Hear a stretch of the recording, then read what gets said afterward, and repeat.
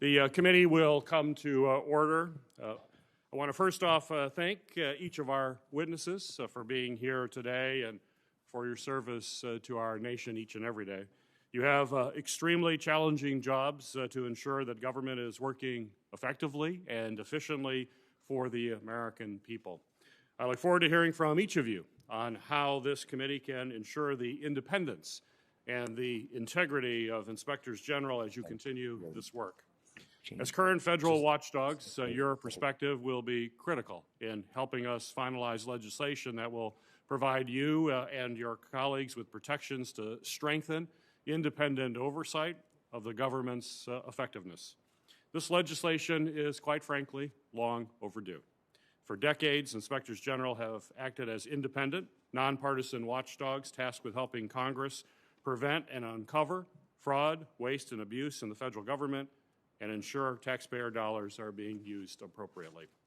The Council of the Inspectors General on Integrity and Efficiency's recent annual report to Congress estimated that inspectors general saved American taxpayers more than $50 billion last year alone. It's absolutely vital that our federal watchdogs are able to work independently and without the threat of political interference. Current law allows for actions that threaten to undermine this independence, including the removal of inspectors general from office without sufficient explanation and the appointment of partisan political operatives to serve in these traditionally nonpartisan roles. These actions and others have left inspectors general and their critical work vulnerable to political influence, and that is simply unacceptable. We must ensure that no administration is able to undercut the independent transparency and accountability that inspectors general provide to the American people. That's why Ranking Member Portman and I are working together to enact the first significant reforms to support inspectors general in more than 13 years.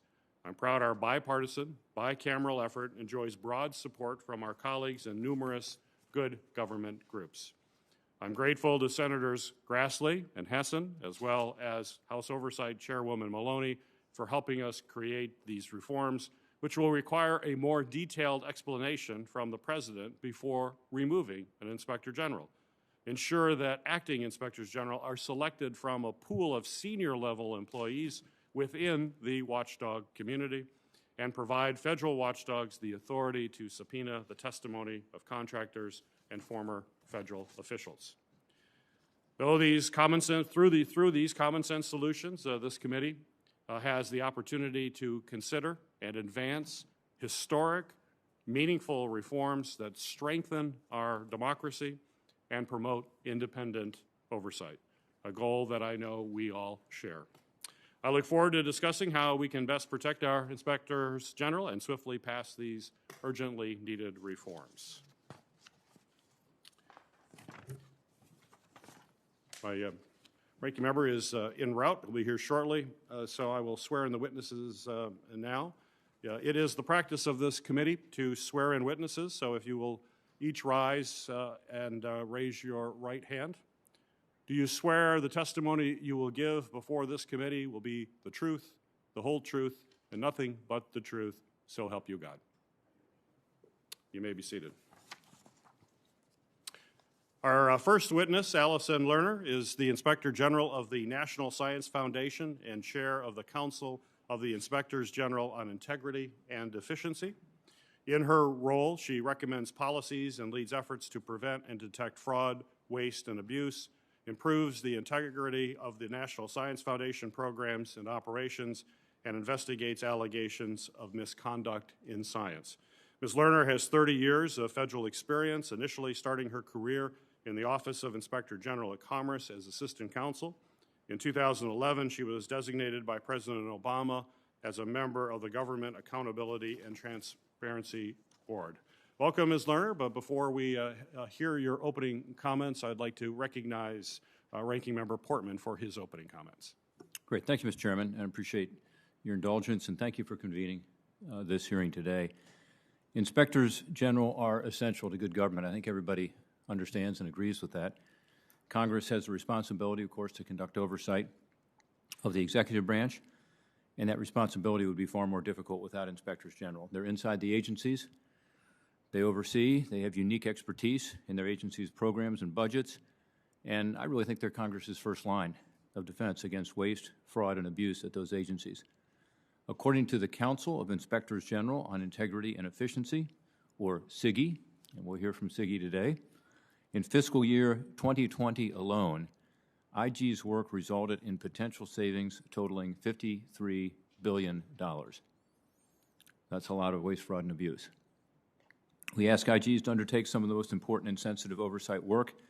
For example, I intend to offer an amendment today to our IG legislation we will consider next week to require the appropriate IGs to review the administration's Afghan vetting policy. This review would include multiple agencies, complex programs, and evolving information. I think IGs are the best place to do that. They're best positioned to conduct this type of nonpartisan expert review needed to understand an important issue. This committee is responsible for protecting IG independence and providing them with the authorities to do that kind of important work. Since 1978, Congress has improved and reformed Inspector General authorities many times. This includes legislation to establish a total of 73 IGs across the federal government, bolster IG's access to information, and of course to protect whistleblowers. These reforms represent steps in the right direction, but we think more work is still needed. I requested today's hearing so the committee can discuss this IG legislation Senator Peters and I plan to consider at next week's business meeting. And I want the Chairman to know I appreciate the fact that you've accommodated that request. I think this will be positive for our legislation and for a general discussion about the importance of IGs. As noted, we've got three very important members of the IG community in front of us here today: Department of Justice IG and former CIGI Chair Michael Horowitz, who all of us know, National Science Foundation IG and current CIGI Chair Alison Lerner, and Amtrak IG and CIGI Integrity Committee Chair Kevin Winters. To start, the legislation that we are going to be talking about provides much-needed protections for Inspector General independence. Many have worked on this, including Senator Grassley. We should notice his work. I will point out that the current law already requires the President to provide Congress a 30 days notice before removing an IG. We don't change that. It does not increase the time period. It does, however, preserve the congressional intent and the interest in understanding why that IG was removed by requiring the President to provide a substantive rationale for removing an IG. Both President Obama and President Trump removed IGs and told Congress they had lost confidence in the removed IG. I don't think we should be satisfied with such a statement, no matter the party of the President. The legislation also remedies another problem that occurred during the Obama and Trump administrations by requiring that acting IGs be named from the Inspector General community. Both President Obama and President Trump named agency officials as acting IGs, raising questions about the independence of those IGs. An agency official cannot conduct independent oversight of his or her own agencies and actions. Putting an agency official in charge of its IG office also risks exposing whistleblowers and could chill future reports of waste, fraud, and abuse. The legislation also provides testimonial subpoena authority for IGs. This will allow IGs to complete interviews of important witnesses, even if a person has resigned, to avoid participating in an investigation. And unfortunately, that has been a common occurrence within our system, according to IGs. Subpoena authority is a weighty responsibility, though, which is why I've worked with Senator Peters to ensure the bill does provide effective guardrails and effective reporting to Congress. Additionally, the bill incentivizes filling IG vacancies. Installing permanent IGs is important. They provide more independence and continuity than acting IGs. This May, I sent a letter to President Biden with the Chairman and many of this committee's members urging him to fill the 13 vacant Senate-confirmed IG positions. I'm pleased to see that the President has taken our advice seriously and nominated individuals to fill a number of those vacancies. But all those vacancies need to be filled. Finally, the legislation provides measures to improve oversight of the IGs themselves, such as requiring that CIGI report to Congress when it becomes aware of a particularly serious problem at an IG office. I know all three of these distinguished witnesses have much to give us today in terms of their input. They've given this a lot of thought. They understand the need for these proposals for change. I thank each of them for their service and for taking the time to appear before us today, and I look forward to your testimony. Thank you, Ranking Member Portman. Ms. Lerner, you may proceed with your opening comments. Thank you. Chairman Peters, Ranking Member Portman, and distinguished members of the committee, thank you for inviting me to appear before you today in my role as chairperson of the Council of the Inspectors General on Integrity and Efficiency, or SIGI. Despite the tumult caused by the pandemic, our community has remained focused on its vital mission, providing impartial and nonpartisan oversight and transparency into some of the most difficult problems are facing the agencies we oversee. Altogether, our work in 2020, as has been noted, resulted in potential savings totaling approximately $53 billion, a $17 return on every dollar invested in IG oversight. For accomplishments like this to continue and expand, action is necessary. Each Congress, the SIGI Legislation Committee presents the community's critical reform proposals to strengthen government oversight or resolve challenges that IGs face under current law. This session, our legislative priorities strongly focus on enhancing Inspector General independence, the institutional independence of OIGs, and enhancing OIG oversight. Today, I want to highlight some of these initiatives, which are part of H.R. 2662 and included in the Peters-Portman substitute amendment. First, as I noted, it's imperative that Congress take steps to protect the institutional independence of inspectors general. To be effective, IGs have to be independent in both mind and appearance. And being independent is no less important for individuals temporarily serving as head of an OIG. The IG community urges Congress to amend the Federal Vacancies Reform Act to prevent the appointment of an acting IG that calls into question the independence of the office. Currently, a president can fill a presidentially appointed, Senate-confirmed IG vacancy with a political appointee or a senior official from the agency the IG oversees. Such appointments, which have occurred under both Democratic and Republican administrations, create actual and perceived conflicts of interest that undermine the IG's independence and stakeholders' confidence in its work, discourage whistleblowers from coming to the IG with evidence of fraud, waste, and abuse, and create a disincentive for the president to appoint a permanent IG. The proposed change would have the first assistant of the Inspector General serve during a vacancy, but allow the president to designate another IG or senior OIG official to fill the vacancy. This reform would provide an acting IG with the independence necessary to maintain the public's trust and widen the pool of professional oversight officials the president may direct to serve as an acting IG. This legislation, together with an additional provision requiring notification to Congress when an IG is placed on non-duty status, will greatly improve IG independence. We appreciate that these safeguards are part of the Peters-Portman substitute amendment. Second, Congress must strengthen oversight tools available to OIGs. The IG community, with bipartisan support from this committee since at least 2015, has long sought testimonial subpoena authority, an essential tool for IGs to be able to conduct comprehensive oversight. Because most IGs lack this authority, they cannot obtain potentially critical evidence related to alleged wrongdoing from certain individuals unless they voluntarily agree to be interviewed. The fact that we cannot require these interviews undermines our ability to complete investigations and hold individuals accountable for their misconduct, thereby diminishing the public's trust in government. We're committed to providing technical assistance to develop controls to ensure that the effective and appropriate use of this new authority. We want to express our appreciation to Chairman Peters and Ranking Member Portman, as well as Senators Grassley and Hassan, for including this authority in the substitute amendment and otherwise working diligently with the IG community on this needed authority. Finally, we also support the committee and members' efforts to reform OIG semi-annual reports by leveraging public information and resources such as oversight.gov, requiring OIG employees to be informed about their whistleblower rights and protections, making needed change to support SIGI's Integrity Committee, and replacing the current indirect process for funding SIGI with a direct authorization of an appropriation that affords transparency but does not require additional funding from taxpayers. In closing, I'd like to thank all members and staff of this committee for your strong bipartisan support for our community and for the seriousness with which you take our mission. I look forward to working closely with you all to ensure that Inspectors General continue to be empowered to provide the independent, nonpartisan oversight our agencies, Congress, and the American public so richly deserve.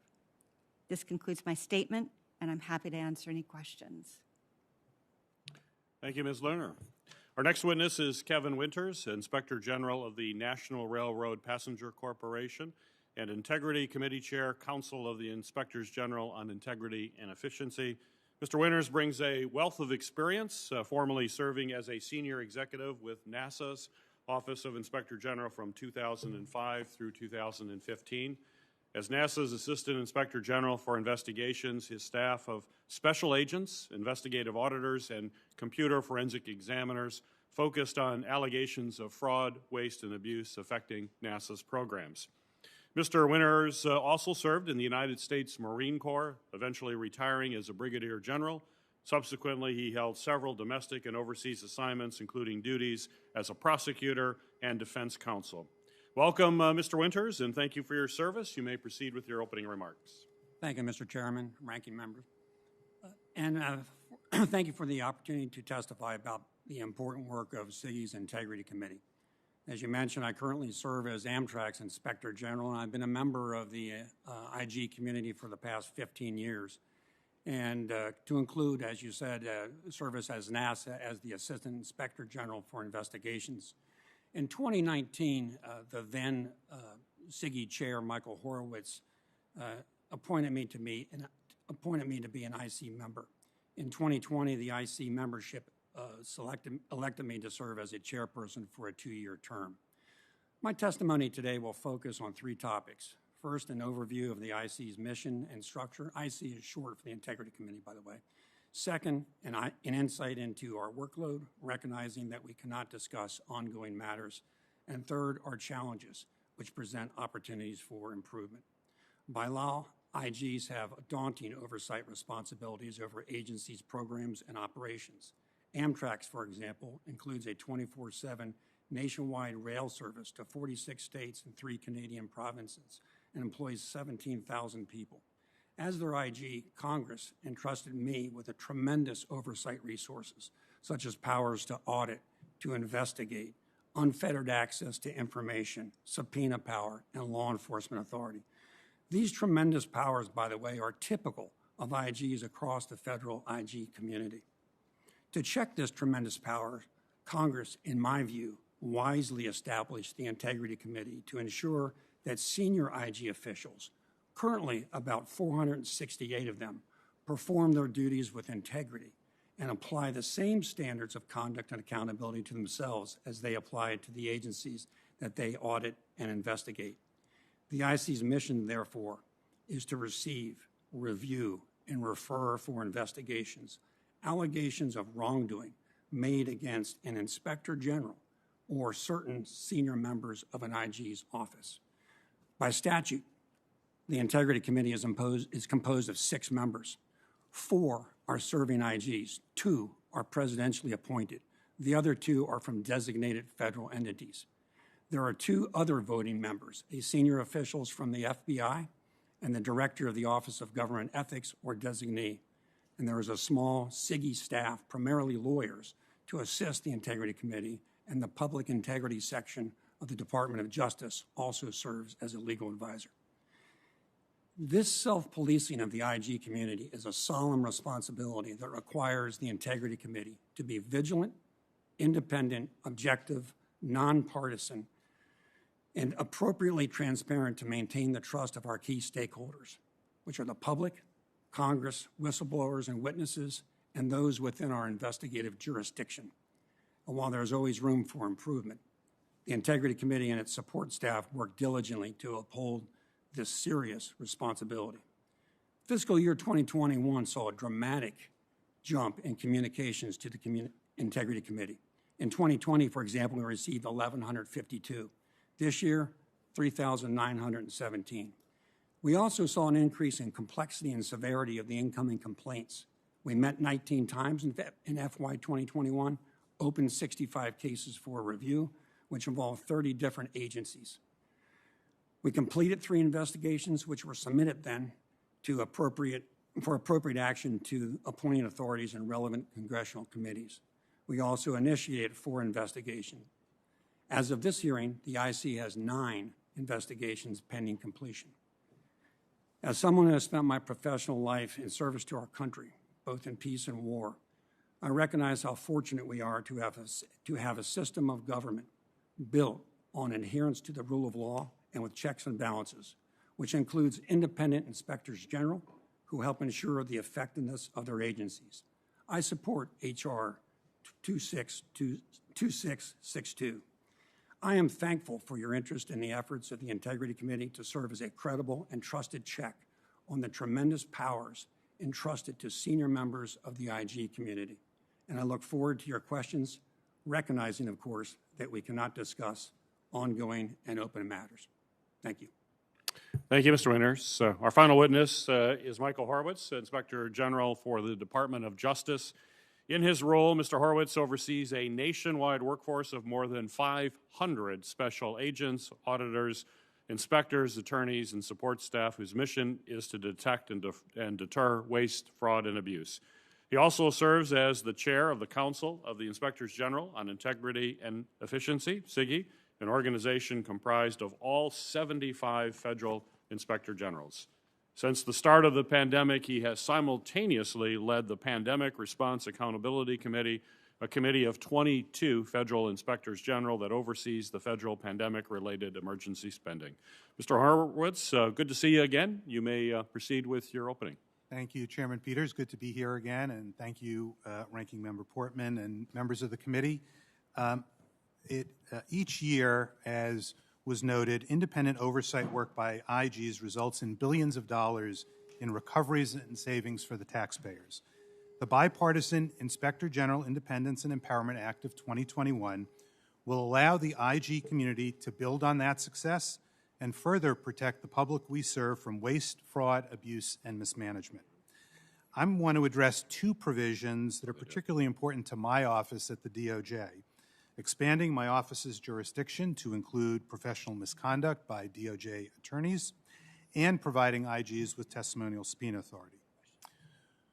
Granting my office authority to investigate alleged professional misconduct by DOJ attorneys has received broad, bipartisan support over successive Congresses because it promotes independent oversight, transparency, and accountability within DOJ for all of its employees, including department prosecutors. I'm the only Inspector General in the federal government that does not have the authority to investigate all alleged misconduct, including professional misconduct, by agency attorneys. There's no principled basis, in my view, for granting my office oversight over DOJ law enforcement personnel, such as FBI agents, while excluding DOJ lawyers from that same OIG oversight. Providing my office with such jurisdiction would enhance the public's confidence in the outcomes of these investigations and provide the OIG with the same authority as every other IG.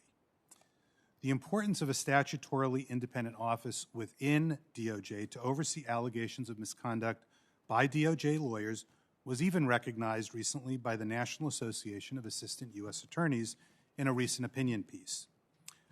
While that organization disagreed with me that such oversight should be done by my office and instead proposed that the head of the department's Office of Professional Responsibility become a Senate-confirmed position, we both agree that independence is necessary to promote public confidence in investigations of department lawyers. Congress has already created such a statutorily independent entity within DOJ that has a demonstrated ability to conduct such oversight, namely the DOJ OIG. We employ dozens of attorneys whose backgrounds and experiences are similar to the lawyers in the DOJ OPR, including former prosecutors and department attorneys specializing in attorney ethics. This group of my attorneys at the Department of Justice, OIG, led our review of the FISA abuse allegations, the Clinton email and Comey memos investigations, and our overview of ATF's Operation Fast and Furious, as well as other sensitive and complex matters. Further, the OIG would ensure that the process for reviewing attorney misconduct allegations is identical to the OIG system that currently exists across the Department of Justice for non-attorney misconduct allegations. For decades, the OIG has coordinated effectively with the DOJ law enforcement components. Indeed, the disciplinary processes at the FBI and DEA have substantially improved since the OIG obtained oversight authority over those components in 2002. These same transparency and accountability mechanisms should apply to DOJ attorneys, and that's why I believe the public would be well served by adopting this legislative change. Let me turn briefly to testimonial subpoena authority, which I also strongly support. The absence of such authority hinders our ability to potentially obtain critical evidence from former employees, employees of federal contractors and grant recipients, and other non-government witnesses in investigations involving fraud, waste, abuse, and misconduct. Recently, Congress granted this authority to SIGI's Pandemic Response Accountability Committee, as it had previously done with the Recovery, Accountability, and Transparency Board in 2009.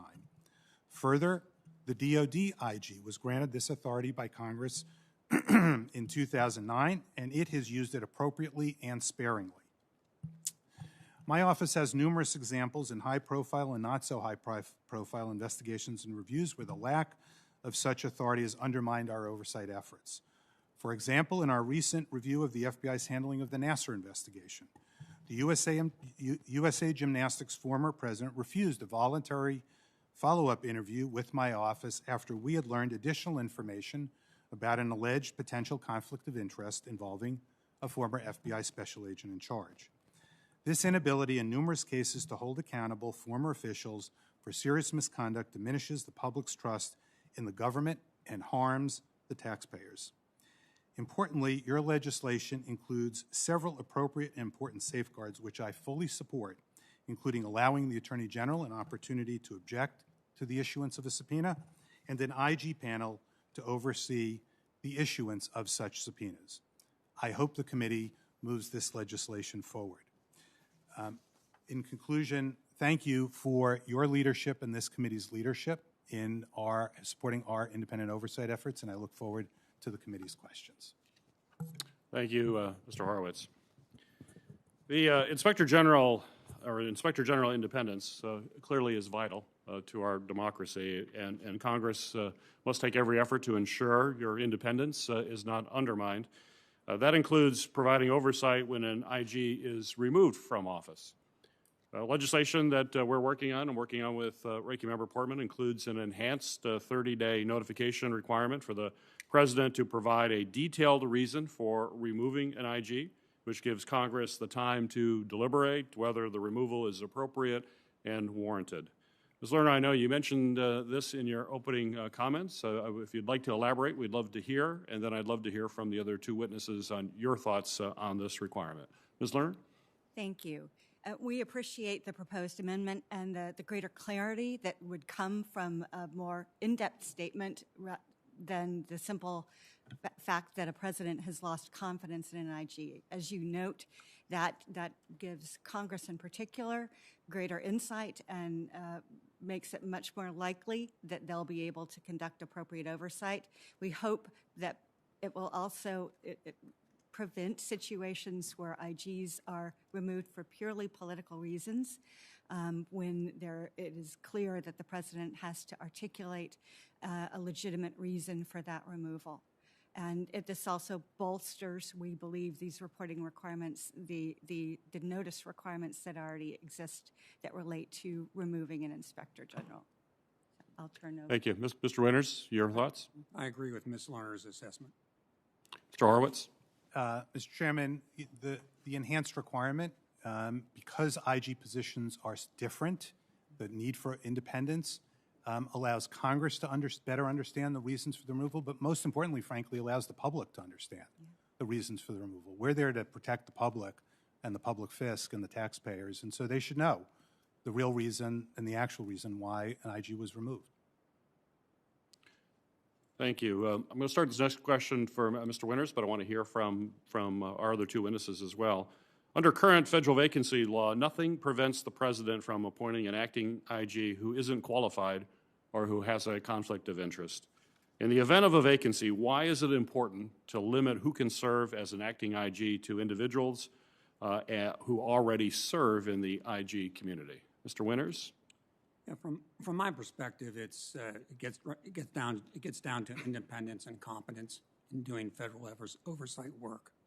To take someone from the IG community to serve in that role, I think, is a real benefit to the nation and the agency, rather than, for example, someone who comes with a political perspective from their own agency. Mr. Horowitz? Mr. Chairman, the GAO issued a report last year, and the Comptroller General spoke to this problem, which is the inherent clear conflict that exists. It's wholly inconsistent with the IG Act, I think, as you and Ranking Member Portman indicated, to have overseeing the agency and a senior official from that agency, whether they're a political appointee or not. There can't be that level of confidence and trust from the public that it's truly independent oversight, and it also creates issues for whistleblowers. Why would a whistleblower go to an agency to complain about senior officials' misconduct if they knew that IG office was overseen by a senior official who would know their identity? And, of course, as we've seen as IGs, the threat of retaliation, the fear of retaliation is with good reason, because we've seen whistleblowers retaliate against. Thank you. Ms. Lerner? The IG Act requires that inspectors general be appointed without regard to political affiliation and based solely on integrity and their demonstrated excellence in certain specific disciplines. And that's important because IGs are in their positions to lead independent and objective units focused on the IG's twofold mission of preventing and detecting fraud, waste, and abuse, and promoting an economy and efficiency. The purpose of those requirements is completely undermined if an acting IG who is either a political appointee or in the agency being overseen is asked to run an inspector general's office. Thank you. Mr. Horowitz, you cited the OIG's lack of testimonial subpoena authority as a reason why individuals with potentially relevant information to an investigation were able to ignore questions from the office. You cited the example of the Nassar example, which unfortunately I'm all too familiar with, being from the state of Michigan. Mr. Horowitz, how would testimonial subpoena authority improve the work of the Inspector General? I think it'd be an extremely important change and helpful to us in a wide range of our work. It's easy for me. I can cite example after example in our high-profile cases, but it happens very frequently in our not-so-high-profile cases where individuals simply refuse to appear, or we've had occasions where people have resigned a few hours before a compelled interview, precisely because they want to avoid speaking to us. We've had two examples like that in just the last couple of years. Whistleblower cases, we've had it both within FBI, where a former senior official wouldn't speak to us about alleged retaliation, and we had it with a contractor, where a contractor claimed that their employer, contractee had claimed that their employer had ripped off the Marshal Service. We tried to speak to their supervisor, who had left the contractor. We couldn't. Those are the kind of problems we face. Ms. Lerner, you testified that Inspector General oversight can be substantially hampered by the inability to compel the testimony of witnesses who have information that cannot be obtained by any other means. A few agency IGs, including the DOD IG, already have testimonial subpoena authority, and at least as I understand it, that power has so far been used judiciously and sparingly, and simply having the authority means the IGs often rarely have to use it. How can we ensure that testimonial subpoena authority isn't abused? I think at a minimum, we start by applying the same standards we use for our documentary subpoenas, and we build on that. In my office, for a documentary subpoena to be issued, there are 6 sets of eyes that go on it: 3 investigators, 2 attorneys, and then me. And our focus and attention has added a great deal of value there. And in the 30 years of our existence, we've never had a subpoena enforced. We're not alone. Other IGs have this, so we build on those procedures. We add additional controls that are appropriate for the stepped-up risk associated with testimonial subpoena authority. And then obviously we comply with the additional controls that you all are considering that would require notice to the Attorney General's and transparency about the use of this authority through IG semiannual reports and reporting from SIGI. So we are committed to working with you all to ensure that those protections are in place. Mr. Chairman, may I add something on testimonial subpoena? Absolutely. From the Integrity Committee's perspective, where we have oversight over senior Inspector General personnel, to include Inspector Generals, this would be a great tool for us as well, because like Michael Horowitz testified, we have individuals that leave government, but we have the authority and the public interest to investigate them even after they leave. But if they refuse to testify or to answer our calls, then our investigations are somewhat pointless. And to Ms. Lerner's point, in terms of how is the TSA checked?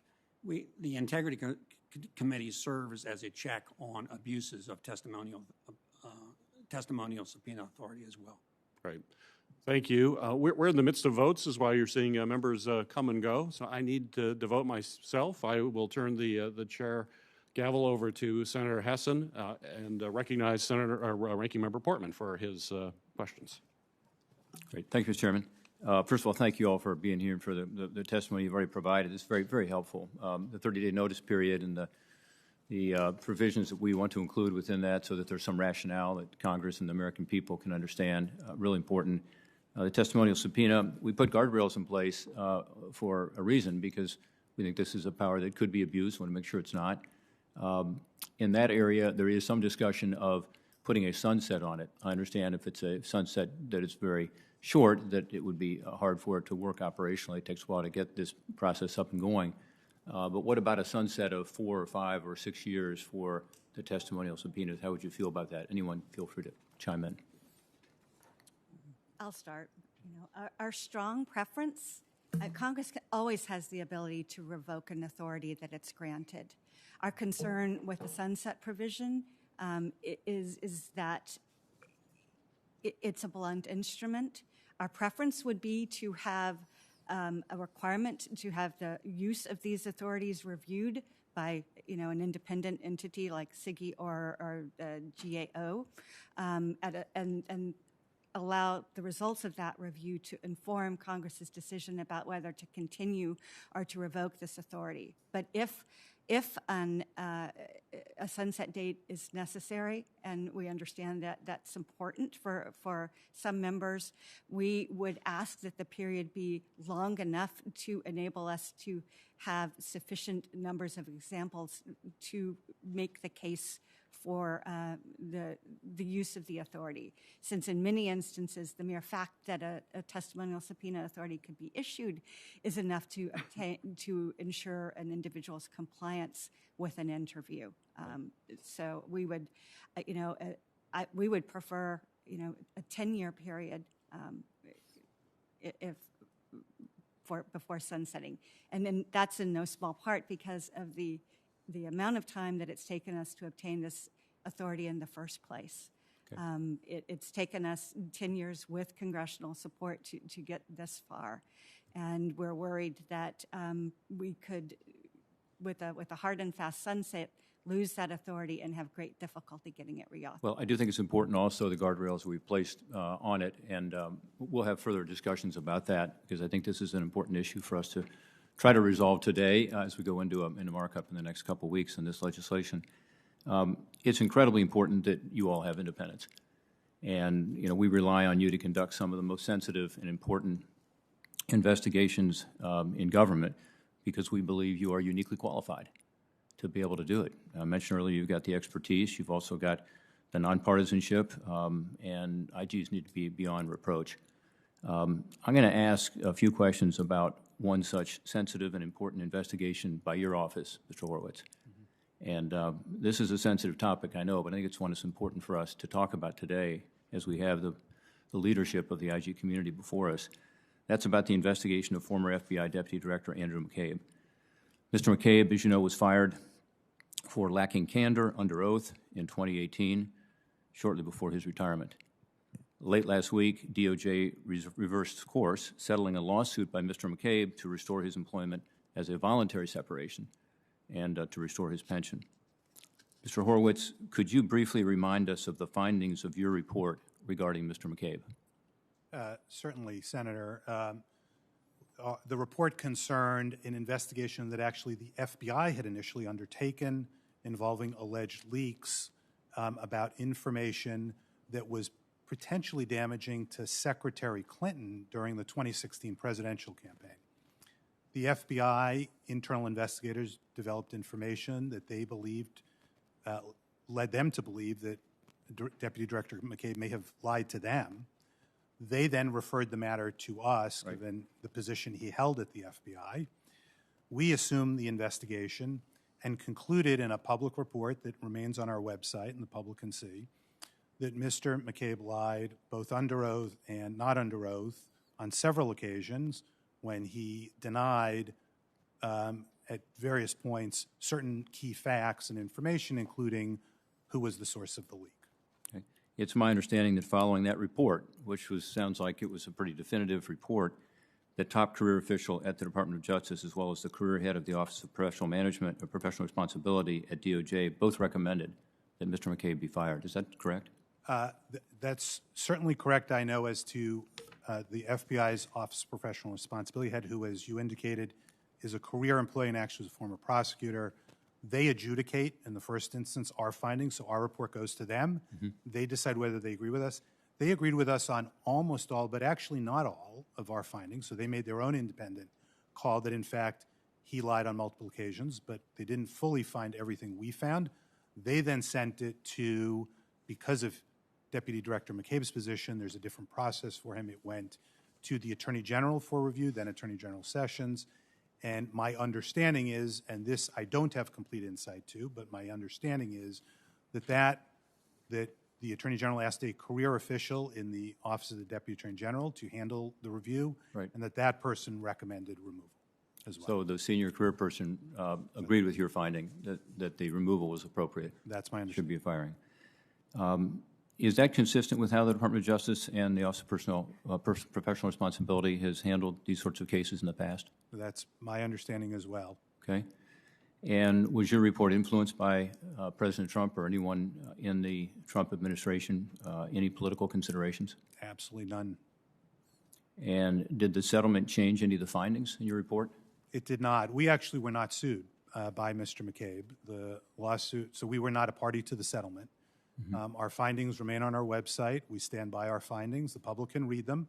They can go to our website. And by the way, the FBI issued a statement stating that they stand by their findings as well of their OPR and their conclusions. So how did this happen? And what kind of message does this send to FBI agents that a former deputy director was not held accountable for misrepresenting facts under oath? Well, look, I think as an IG that it's critical that individuals be held accountable for their wrongdoing no matter what level they're at an organization, and that it's particularly incumbent upon us to hold accountable senior officials at the same way we hold accountable less senior officials and newer officials. You view this as a double standard, Mr. Horowitz? I can't speak to, Senator, the decision of the department and what evidence they saw on the adjudication, so I'm not going to speak specifically to why they settled or how they settled, because I was not a party to that settlement.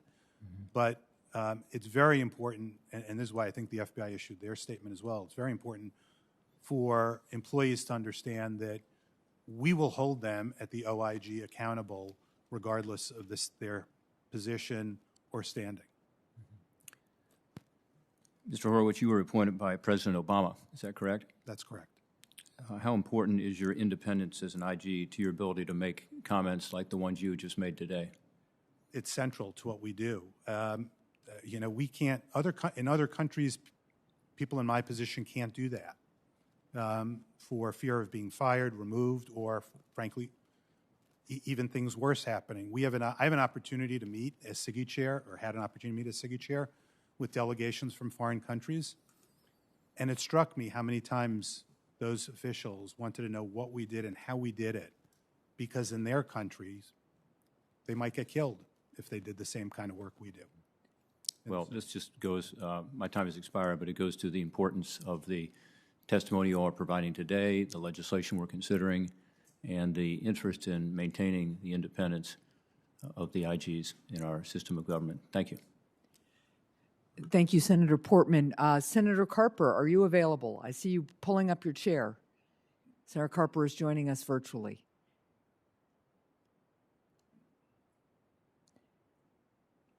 Senator Carper, are you ready to be recognized?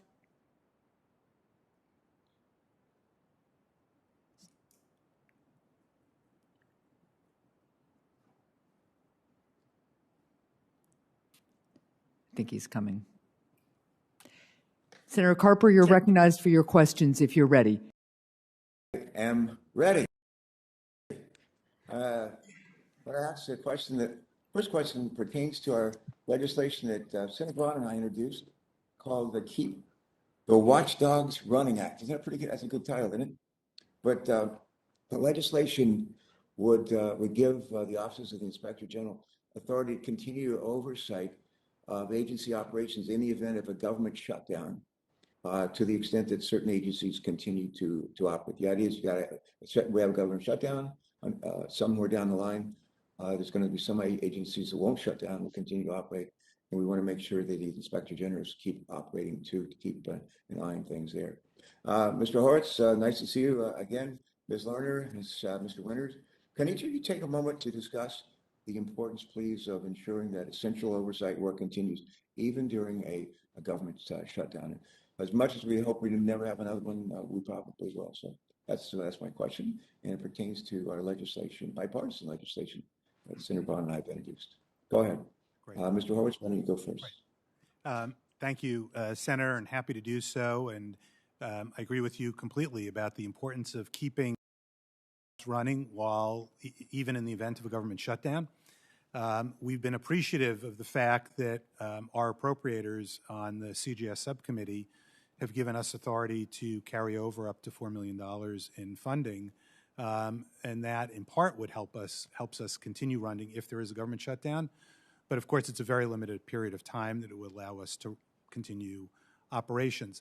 When the government shuts down, the grants that were given out, the contracts that were given out by the government, all of that work continues, or at least all of those monies continue to flow at the Justice Department. Agents continue to work. Lawyers continue to work, assuming the courts are not shut down. And there's oversight work to be done. And it shouldn't be the case that the overseers are shut down while the money continues to flow. So I think it's very important that we be able to continue our work. Thanks, Mike. Same question, if I could, for Ms. Lerner. Ms. Lerner and Mr. Winters, just very briefly, your comments, please. What I would just note, expanding on what Mr. Horowitz indicated, is it's wonderful that IGs have independent appropriations, but a downside of that is it limits our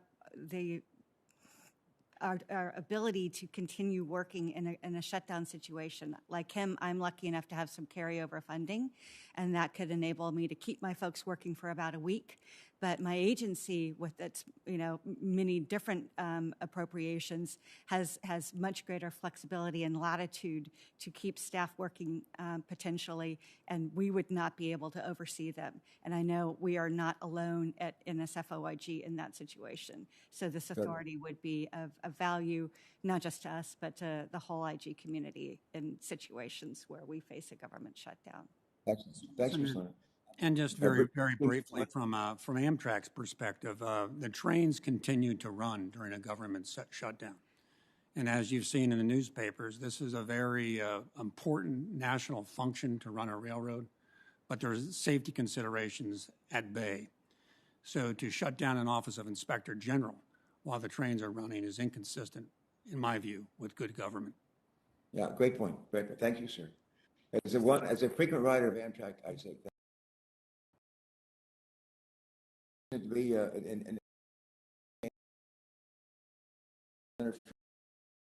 question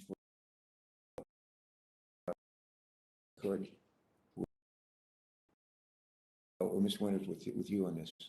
You could be our lead-off hitter. But the Inspector General's Act of, I think it was 1978, established the offices of Inspector Generals at 12 federal agencies. Describes those offices as the quote, I think out of law, independent and objective units that are charged with investigating waste, investigating fraud, abuse, and promoting such much needed accountability. As this commander, as this committee, as a former commander of the Navy, as this committee considers legislative reforms to the IG Act that would strengthen the independence and integrity of the Inspectors General across federal government, could each of you share what you believe is the most important reform that we in the Congress may want to consider, given lessons learned under previous administrations? Most important reform that we in Congress may want to consider. And Mr. Winters, why don't you lead us off, please? What was it, Lerner or me? Oh, in terms of the present bill, the reforms in there, I think the vacancies and the replacement of IGs that are leaving government from pick a reason, but for example, if the president removes an IG, I think that is a critical juncture in terms of making sure that there's appropriate reform to ensure that the next IG going in is truly independent. The other matters in the bill are equally important, but that's the one, to me, that strikes me as the most important. Great, thank you, sir. Ms. Lerner, what would you say is maybe the most important provision? I have to double down on Mr. Winter's statement about the importance of ensuring that acting IGs have the independence that they need to do their work. When you look at the length of the number of vacancies that we've had over the last 5 years and the lengths of those vacancies, you find acting officials in position for years. And so it's essential, if the work of the office is to continue and to provide value to Congress and the American public, that you have someone who can lead that work and whose independence will not be questioned. Great, thanks, Ms. Lerner. Mr. Horowitz, same question. Most important reform that we in the Congress may want to consider in this regard. Take it away. Thank you, Senator. I think the Vacancies Act piece is the most important for the reasons previously indicated by Mr. Winters and Ms. Lerner. I'll just add on the Testimonial Subpoena Authority. I think that's critical from the public standpoint in particular. I think it's very hard to be in a position where we're being asked to investigate alleged wrongdoing, like occurred in, for example, the Nassar matter. And then when the public wants to know the answer to what happened, we unfortunately often have to give the answer, we're not sure. We don't know because the employee has left, quit, the contractor who's allegedly retaliated won't talk to us. That leaves significant dissatisfaction and creates a question for the public about the value of our work if we can't answer the most basic questions because we can't get the evidence we need. Good. Is it Madam Chair? I'm not sure who's chairing right now. I'm chairing, Senator, so thank you.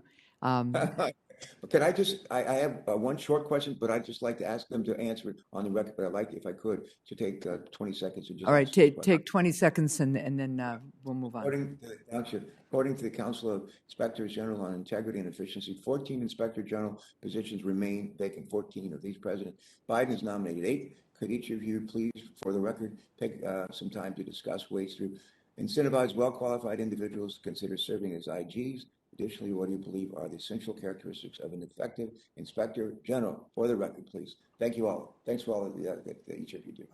And why don't we start with Ms. Lerner and we'll just go right down the line. I'm sorry, I couldn't hear the question. I had difficulty hearing it too. Senator Carper, could I suggest that you submit that for the record and that... That's what I asked to do. Oh, you're just submitting that question for the record. You're not asking them to answer. That's exactly right. Terrific. Thank you very much. And now, Senator Johnson, if you are ready.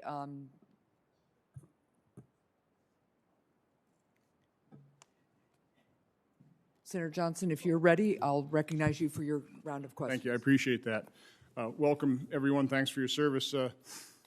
Inspector General Horowitz, you and I have had this conversation before where I've made the analogy, which I think is a pretty accurate analogy to independent auditors that are appointed by the board, oftentimes selected by the CEO, and they are meant to provide information to the board of directors who report to the shareholders.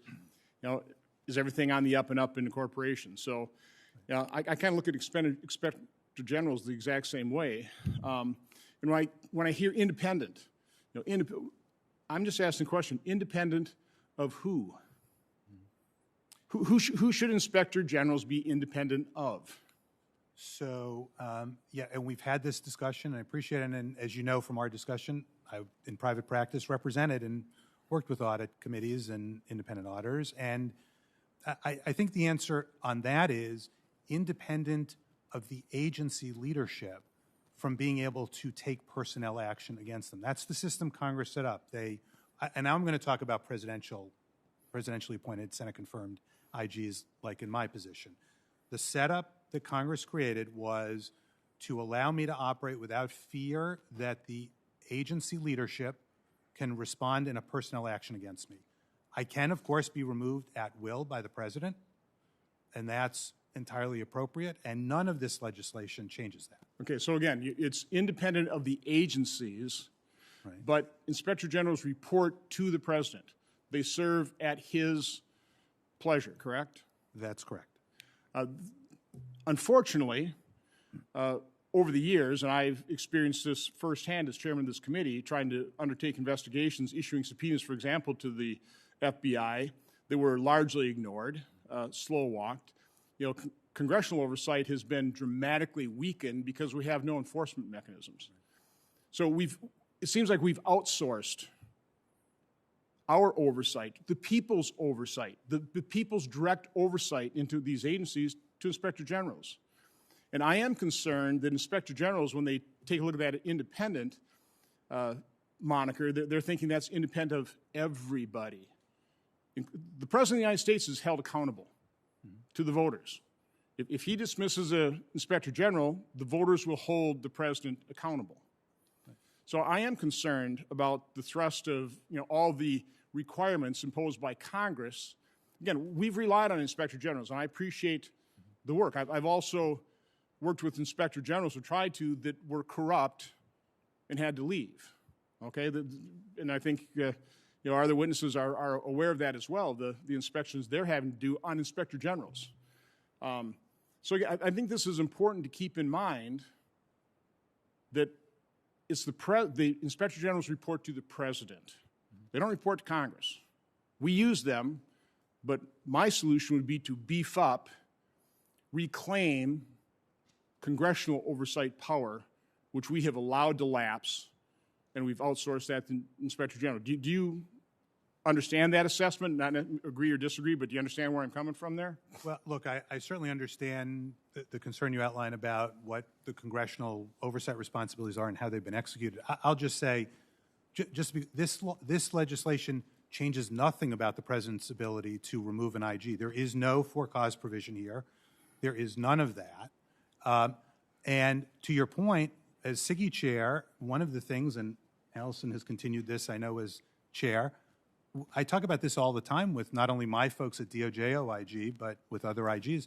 We're not free-range actors. I agree with you completely. We are in a constitutional system. We follow the IG Act. We follow the law.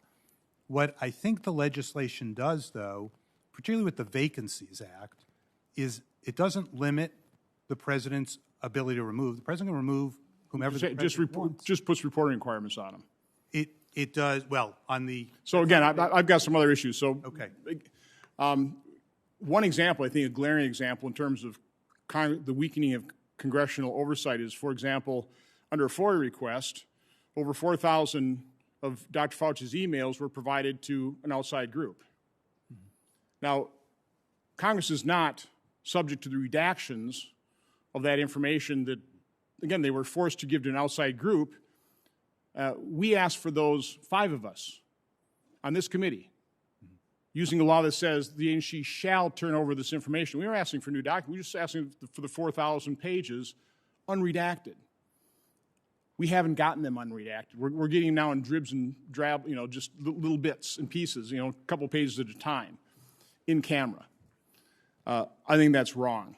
I do want to, before I run out of time here, though, because I haven't been able to talk to you about this since I was chair and since you issued your FISA report.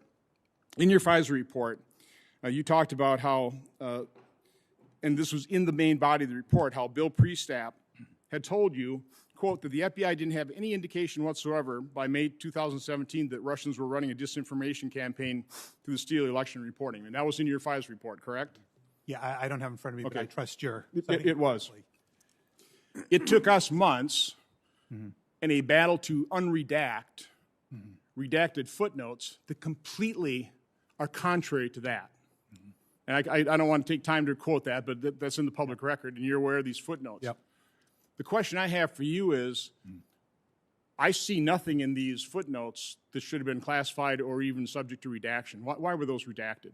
So I'd have to go back and look at the specific footnotes, and I'm working on memory, but just on this and all our other reports, we send this to the FBI and the Justice Department leadership, and they ultimately make the call, and I am not the person who's going to put out information they say is classified, obviously, and risk getting prosecuted for doing that. So again, what I was trying to point out here, this was further cover-up by the FBI and the Department of Justice, wanting to make sure that it wasn't in the public domain very early on. They knew that people that were sourced to the Steele dossier had contacts with Russian intelligence services. They knew this as early as October 2016 and January 2016, and yet the FBI and the Mueller investigation continued to plod forward and put this country through the political turmoil of the Mueller investigation, even though they knew the source document that prompted the investigation, the corrupt investigation, was very likely a product, or certainly part of a product, of Russian disinformation. That's an accurate assessment, isn't it? Well, I'll just add, there are many reasons why, as we detail in the report, there should have been greater follow-up and skepticism about reporting. So I will say every step of the way in my investigation, I was frustrated by members of this committee, but by FBI Director Wray that did not comply with my subpoenas. And as a result, the American public was kept in the dark about this. I think, and my final point is, congressional oversight capability must be beefed up. As important as IG reforms are and making sure that you can operate independently and uncover corruption within agencies to report to the president, Congress needs the oversight ability to report to the American public.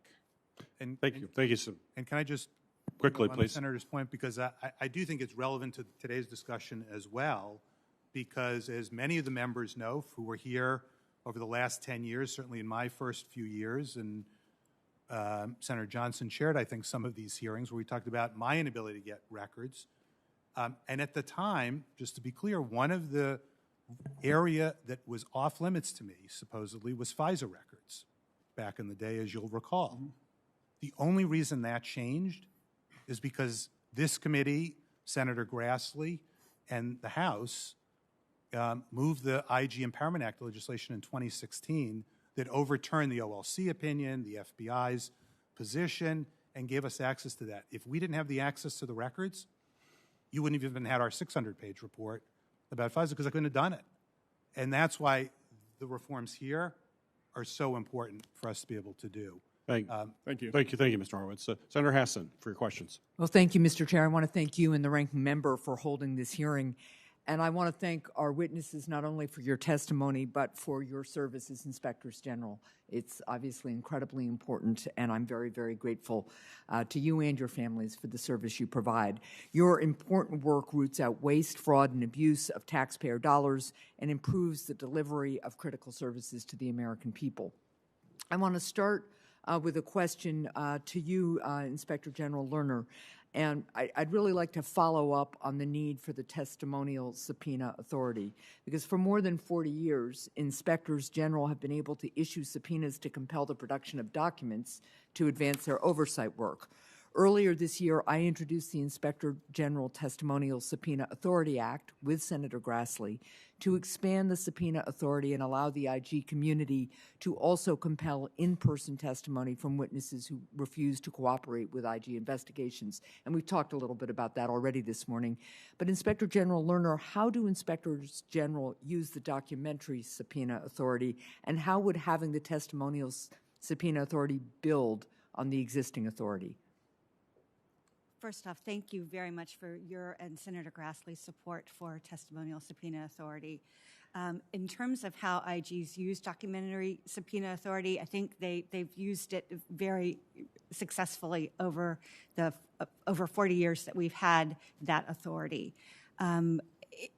As I indicated earlier, most IGs have a strong process built around ensuring the appropriateness of the subpoenas that are being put out, ensuring that they are within the jurisdiction of the office and that they are not overly broad or unduly burdensome. We know in asking people to provide us with documents that is a burden on them, but it needs, it needs to be outweighed by the benefit that's coming in. And I think as court cases have shown, in situations where IGs have issued subpoenas, there have been very, very few cases where an IG subpoena has not been upheld. I can think of one, and that was a situation where the subpoena was not related to a matter within the IG's jurisdiction. But so I think we've got an outstandingly strong process of appropriately using our documentary subpoena, and we're able to build on that and ensure that we appropriately handle testimonial subpoena. So you've got a system in place, and you can use the same kind of parameters and structures and reviews to oversee the documentary subpoena process so it wouldn't be abused. Absolutely. We will build on them because obviously what we're asking for here, it takes us a step beyond documentary, right, and it has a greater impact on people. Right. And you referenced it just a bit, but if concerns are raised about an IG's use of the documentary subpoena authority, how are those concerns addressed? There are a couple of different avenues. If there's any question of, political or partisan or problematic reasons behind a subpoena, that's a matter that could go to SIGI's Integrity Committee. But I also imagine if we're given this authority, we would build steps into our peer review process to examine the use of this by inspectors general, ensure that they have appropriate procedures in place, and factor that into the ultimate assessment that happens periodically of all IG's investigative operations. Well, thank you. Can I add, Senator? Yes, just briefly, because we've got to get to a bunch of other things. Absolutely. The other mechanism is, frankly, if someone receives a subpoena and thinks it's improper, they can go to court. Right. It can't be, we can't enforce it. We'd have to go to court and get a judge to do it. Got it. I appreciate that. And I wanted to go a little bit deeper on something that you mentioned, Ms. Lerner, and I'll actually ask Inspector General Horowitz and Winters to reply to this. It's important to note that testimonial authority, subpoena authority isn't new, because the Department of Defense Office of Inspector General has had the testimonial subpoena authority for more than a decade. So, IG Horowitz, you mentioned in your testimony that the Department of Defense IG has used its testimonial subpoena authority sparingly, issuing only 3 subpoenas for testimony since it received the authority in 2009. How can the DoD IG's use of this authority serve as a model for how other IGs can use the testimonial subpoena authority in a judicious and thoughtful way? It's an excellent question. I think it is very important for us to use it as a model because it has worked so well for now a dozen years. And what I would expect to happen, as I understand is happening and has happened at the Defense Department IG, is before an IG signs a subpoena for testimony, they engage counsel or the witness themselves to understand what the concerns are, if there are any issues that are or problems with testimony. Frankly, we do that now with the voluntary arena. When we're trying to get people to speak to us voluntarily, we have those discussions. You do the same thing, and what I understand from the Defense Department IG is the reason they've had to issue so few is they've been able to reach accommodations with witnesses that have avoided the need to issue the subpoena and define the parameters of an acceptable voluntary interview. Excellent. And I just wanted to confirm, Inspector General Winters, you mentioned it earlier, that your Integrity Committee of SIGI can prevent abuse of the testimonial subpoena authority as well. That's correct. Abuse of authority is squarely within our jurisdictional realm. Okay. To Inspector General Lerner, I appreciated your testimony regarding my work to reform the semi-annual reports to Congress. These reforms intend to streamline and simplify the semi-annual reports to make them more accessible to Congress and the public, and to place greater emphasis on the agency's response to IG recommendations to root out waste, fraud, and abuse. How would these reforms help the Inspector General community, and are you confident that agencies and Congress will still receive the important oversight information that these reports are intended to provide? I am absolutely confident that these reforms would not interfere with the transparency that Congress deserves from inspectors general. In the 40 years since those requirements were enacted, IGs have made tremendous gains in being transparent. We all have websites now. We have places like oversight.gov.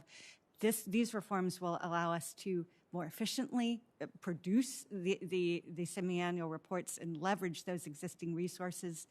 And that will ensure that the most important matters are most clearly visible and transparent, and that the time and energy we used to put into doing things that were of lesser interest can be redirected and produce better outcomes for our office and for the people who depend on our work.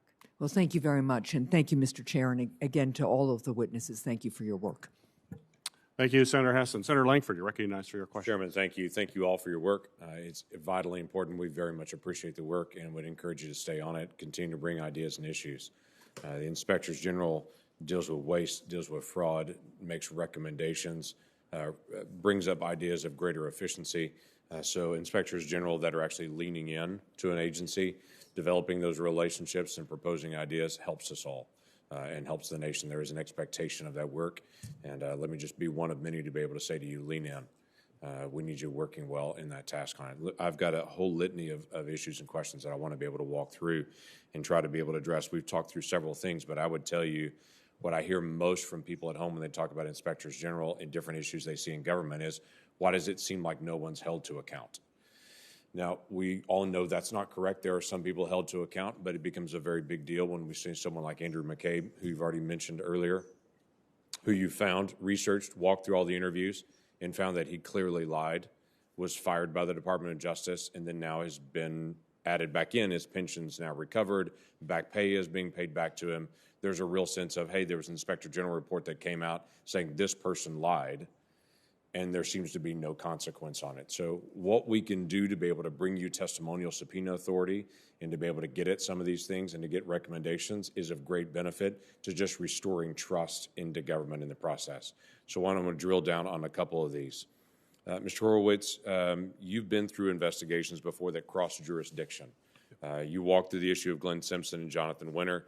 It's a State Department issue where you're over on Department of Justice, their State Department, then they retire and make this even harder. So can we talk through when you get into an investigation that may include people from multiple quote-unquote jurisdictions from other agencies, and then when they retire, how hard that is to be able to get the testimonial evidence? It's very hard, and the normal process would be if the employee was still at the State Department, for example, I'd reach out to the state IG, and they would facilitate my being able to speak to that person, much as I do actually on occasions when people call me. But once the employee's gone, the employee's gone. And I have no authority over them. State Department employee doesn't. The only one would is the Defense Department IG, and I obviously don't cross over into that realm much. So subpoena power to be able to require testimonies is essential for just the ongoing work, because there are numerous examples of individuals who were under investigation for the Inspector General. They just retired and said, I'm out. And then it becomes the issue of they retire with benefits. Everyone knows that there was activity there, there was fraud, there was abuse. That was something whistleblowers have called out, but they just retire and leave. They leave with full benefits. And how do you explain to the complainant who's come in and said I was sexually assaulted, or I was retaliated against as a whistleblower, or I just reported money was stolen and you're doing nothing about it? Right. The answer is, well, you know, we need to get the evidence.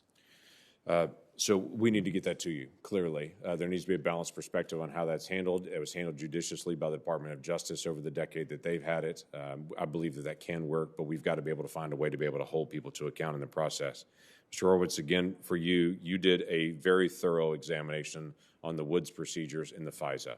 FISA has been an area that you've been excluded from, obviously be able to take a look at when you're having the opportunity to be able to do it. You're just looking to see whether the standards that have been set for a FISA application process were followed.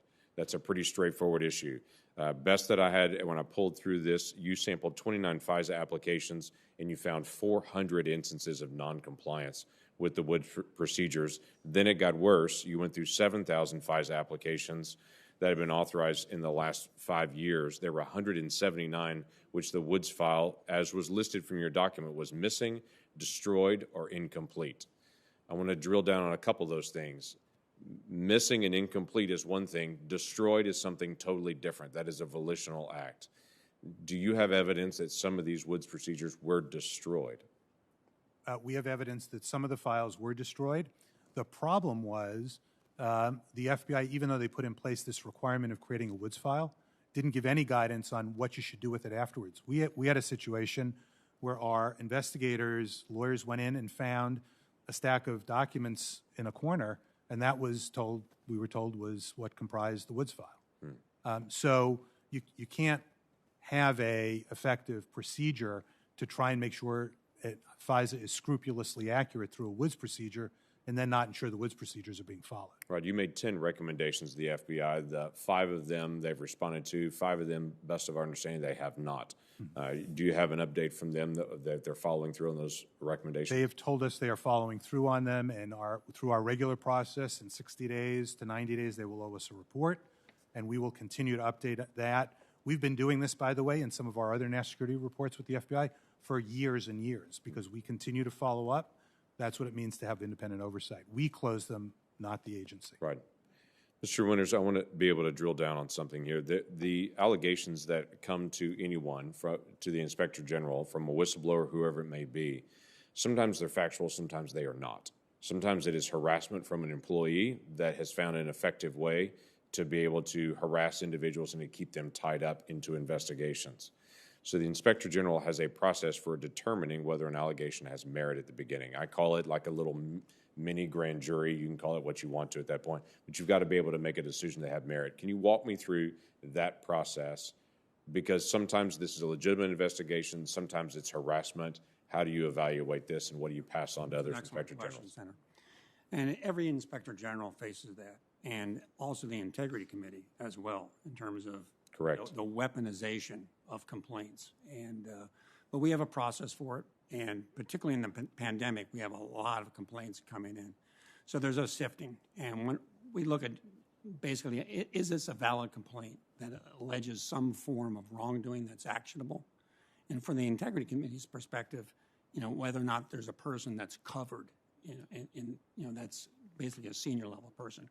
For a typical complaint that comes in from, say, for example, to NASA when I was there, or Amtrak, we have a specific section that does that has a sifting process that, assesses the facts versus the criteria of whether something's actionable or not. So we obviously want to be able to get you, and we've been very outspoken on this, the testimonial subpoena power, to be able to make sure someone can't just retire and then just avoid any kind of pursuit on this. We've talked a lot about trying to get to who is the chain of succession if we need to get to an acting Inspector General. We've spoken frequently about how to be able to get more Inspectors General. This has been an issue of multiple presidents, that they just don't appoint an Inspector General, so they leave it open for a long time, and it becomes an issue. This seems to be a gap that I just don't know enough about, and I'd be willing to be able to talk about, because I never want the Inspectors General office to be used as a weapon against somebody unjustly, because especially if someone's in their personal capacity and is having to hire their own personal attorney in this process, and someone who's just mad at them for a decision that they made chooses to be able to weaponize the process, that becomes highly destructive to them personally and discourages people from actually stepping into government when they know there is a federal employee that can weaponize this process and just drive them out. I absolutely agree with that. As an Inspector General, and I can just talk for me personally, we take an oath. And I took my first oath in August 1972 to support and defend the Constitution. And what that means is adherence to the rule of law, not some partisan narrative. So we're very sensitive to those type of complaints and endeavor, of course, to follow the law and the facts in terms of those particular complaints. Okay. Thank you, Mr. Chairman. Thank you. Senator Langford, thank you. Thank you for your contributions to the legislation and particularly your work on this testimonial subpoena issue, which is a difficult one to navigate, but a very important one. So thanks for your help. We have a number of people who are on virtually. Senator Ossoff, I believe you are next, if you're with us. Thank you, Senator Portman, Great. and thank you to the Inspectors General for your service, your diligent work for joining us today.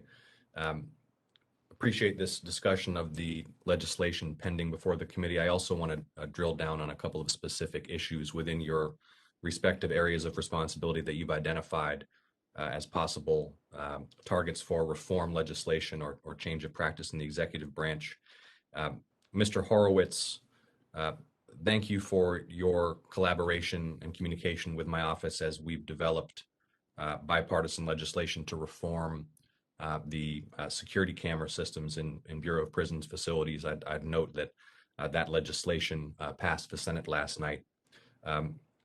You have also made recommendations with respect to single cell confinement for incarcerated persons with mental illness and recommendations with respect to pharmaceutical purchases by BOP facilities and costs of outside medical care. Could you briefly outline those recommendations to the committee? Certainly, Senator, and I also noted that the bill passed last night that will, I think, have a potentially important impact on the prison camera system. So with regard to single selling of inmates, we identified significant concerns with how it impacted individuals' mental health at the BOP, the BOP's policies for how to deal with inmates who were disruptive.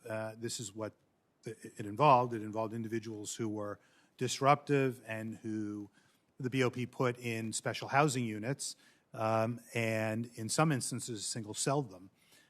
And that is something the BOP says it does not look to do, that it does not put individuals in solitary confinement, yet we identified numerous instances where that occurred. So we made a variety of recommendations that the BOP agreed with.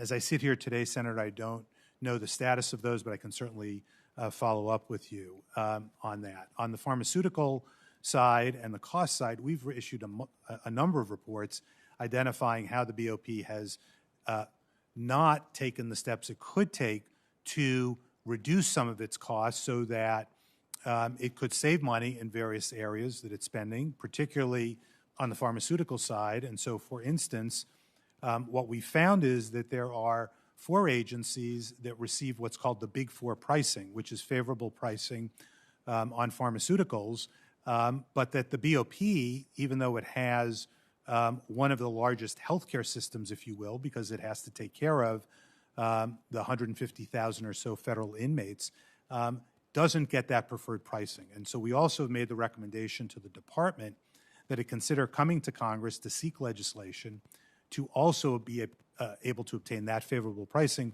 which could save tens of millions of dollars for the BOP. Thank you, Mr. Horowitz.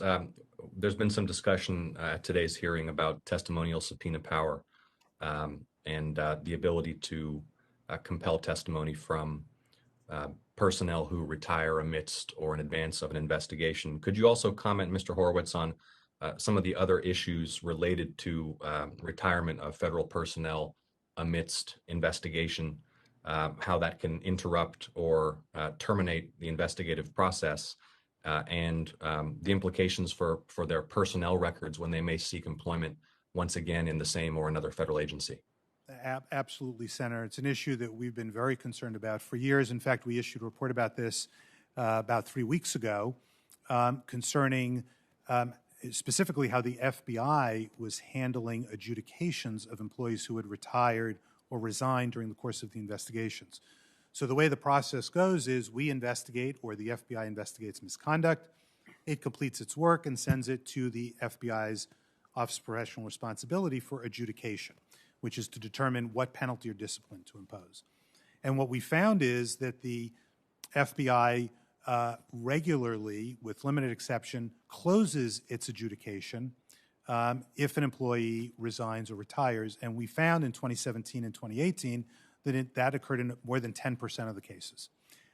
That's concerning because, as you indicated, what happens is, in many instances, employees resign or retire and then either get hired as contractors because they're working for a contracting office, or go to another government agency to work, or in the law enforcement case, might go to state and local law enforcement.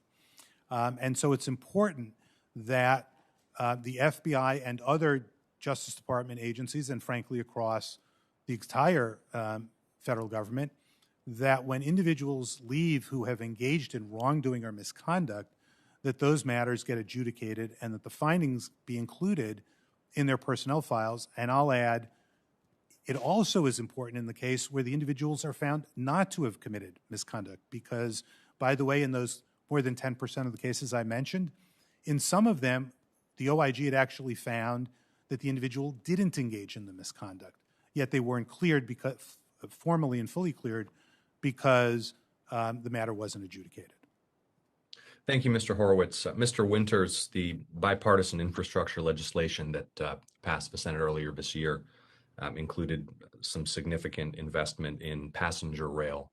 I'm a strong advocate for expanding passenger rail capacity in the United States, and particularly in the Southeast, to connect, for example, Atlanta, Macon, Savannah, Atlanta, Charlotte, Atlanta, Nashville, and additional commuter rail options for rural and suburban and urban communities across the state of Georgia. You've made recommendations and I think alarming observations with respect to the cybersecurity of Amtrak's train control systems. Could you please detail in my remaining time those observations and recommendations for the committee? Well, in this public setting, Senator, I can't go into a lot of detail on it, and I would be happy to meet with you privately regarding some of those the particular details on that. I'll say this, that Amtrak is not alone, in terms of having challenges with cybersecurity. Train control systems, of course, are critical to the safety of passenger rail, and our office conducts very aggressive oversight in that space. Thank you, Mr. Winters. My staff will reach out to yours to set up a classified forum to get into more detail on that. Thank you again for all of your service and your diligent work, and I yield back. Thank you, Senator Ossoff. Senator Scott. First, I want to thank Senator Portman for hosting this this hearing. And I want to thank each of you for doing what you do. I've been up here 2 years and 9 months, and I've really appreciated the IGs because I believe the oversight function of this committee in Congress is really important. I'm a business guy. I liked internal audit. Not sure everybody liked it, but I thought it was always helpful to make sure we knew exactly what was going on. One of the questions I have is how important is this subpoena power, and is it necessary? And if each of you could sort of address if you've seen situations where an IG investigation has been hindered, obstructed, halted because they're not able to compel a person to submit to questioning. So if you could start with Mr. Horowitz. Absolutely. Good to see you again, Senator. Yeah. And thank you for the question. And thanks for what you guys do, by the way. I'm appreciative of it. Yeah, no, and obviously, as you well know, and as I know, the state of Florida has the largest IG system in the country, and a very impressive one. And we've worked with the. They were really helpful if you're the governor. Yeah, and we've worked with the IGs there and been very helpful to us on the federal level. Yeah. So on the Testimonial Subpoena Authority, I can highlight high-profile matters like our Nassar investigation, where the USA Gymnastics president refused a second interview with us so we could ask about allegations involving the FBI special agent in charge and whether there was a conflict of interest. In the FISA review, we couldn't reach certain State Department employees who had left, as well as others who were never government employees but had highly relevant information. I could go back all the way to Fast and Furious, where the U.S. attorney quit rather than speaking, or quit and then wouldn't speak to us. But most importantly, I think it's in the routine, day-to-day ones that don't get those kinds of attention, that as you know, we do all the time, like whistleblower retaliation investigations. I have authority over FBI whistleblower retaliation. It happens there where people resign or retire, and I can't talk to key witnesses. It happens with contractors who are alleged to have stolen money. I was going to ask you about that. Right? So. Contractors, stolen money. Congress gave us authority to do that kind of work, right? Precisely because of your concern and making sure we could oversee allegations of theft and wrongdoing. Well, if we can't subpoena non-government employees, right, we have no ability, even if they work at the contractor, I can't compel them to talk to me. I can compel a DOJ employee. I can't compel one of their contractors. And if they leave the contractor, it's even harder to get that person to agree to speak with us. Sexual harassment cases, I could detail multiple ones where the employee left rather than speak to me. So you just couldn't pursue it. I have no authority to do it. No information, I guess. I have the information, the allegation. So yeah, are there times I can confirm it? Absolutely, through other mechanisms. But it takes us longer. Just, in several of our investigations, by the way, like the FISA one, the Clinton email one, and others, people did speak to us voluntarily, but they waited till very late to speak to us. And so it delays our work. So even in those instances where you see us actually hearing from people, it could take us a lot of time to get them to speak to us. And so it's a very important tool. I very much appreciate, as I mentioned, that the committee has built in place protections because there should be safeguards. It shouldn't be something we just run around and are able to use. There's 3 IGs who are going to have to review it. I'm going to have to review it as the IG at Justice. I'm going to give it scrutiny. It's not going to go on to the 3 IGs unless I've put a lot of oversight and look into it. So I think it's a critical tool for us. And frankly, for the public, they want to know what happened. Right. They don't want to know that someone stiffed us and we couldn't figure it out, or I think this is what happened, but I can't definitively know because I can't get the evidence. Right. Mr. Winters? Yeah. Senator, one thing I have learned is after serving at NASA for 9 years, running their investigations, now at Amtrak and now on the Integrity Committee, is we carefully decide whether or not to investigate a matter. There's a reason that we're doing that. It's not just some whim, that there's a real public interest in finding out the truth. And how frustrating it was in those 9 years at NASA and at Amtrak and now at the Integrity Committee that we can't really get to the truth because we don't have the tools to do that. So we appreciate your help in that regard. Yeah, I just want to underscore what Kevin said. It's one of the most frustrating things for my investigative staff when we have an allegation. We had a situation once, we were looking into a small business that had allegedly defrauded NSF, and we were told by one of the employees that he had fabricated the timesheets that we were given to support time. And that ended the voluntary cooperation from all of the people at the recipient. And so we were unable, we had the documentary evidence, but we weren't able to engage with the people that could give us greater insights and take that case to closure. It's extremely demoralizing for our investigative staff when those matters come. So there are so many benefits that would come from this authority. And some are internal to our own offices. And you think there's enough safeguards that it won't get abused? Yeah, I think the safeguards you've added are very important. Yeah. That is clearly a very reasonable, legitimate concern. There's going to be a 3IG panel. The IGs are going to have to improve these personally. There's the Integrity Committee, if people are abusing it, they're available. And these are not self-enforcing subpoenas. If a recipient thinks we're abusing the authority, they can go to court. And we're going to have to convince the Justice Department Civil Division. We don't have litigating authority. So we have to tell the Justice Department Civil Division, defend this subpoena. So there's that layer of protection as well. So you have to convince me. You then have to convince 3 IGs. If a recipient thinks we're doing something wrong and they want to go to court, I have to convince the Civil Division at the Justice Department, and then they have to convince a judge. Yeah. Yep. So I do think that's the case. And I'll just add, Senator, that the Defense Department IGs had this authority for 12 years now. They've used it very rarely, handful of cases. They've not, to my understanding, lost a case that way. Right. You've given it to me as the chair of the Pandemic Response Accountability Committee. We're overseeing $5 trillion. And you gave it previously to the Recovery Act in 2009. In none of those instances has it been abused. So I think there's a track record as well, which is why I'm concerned, and we talked about the sunset issue earlier. I think that track record with those protections on top of the concerns that IG Lerner mentioned earlier, I think should hopefully give comfort to people that this will be used appropriately. We're also going to notify the Attorney General, by the way. Right. And can I just build on what you said? The bottom line is all of us IGs who are going to be the ones signing those authorities, we know what's at stake here. It's taken us 10 years, if we're lucky, to get this authority, and we know our use of it is going to be scrutinized. We're going to be hyper-focused on ensuring that we stay on the right side of the law here. Yeah. Okay. Thank you very much. Appreciate it. Thank you, Senator Peters. Okay, thank you, Senator Scott. Senator Padilla, you are recognized for your questions. Thank you, Mr. Chairman. I want to also thank each of our witnesses for your testimony and for your public service. As several colleagues have recognized, and I want to associate myself with their comments as well, Inspector Generals play a key role in our democracy by independently and objectively working to expose waste, fraud, and abuse.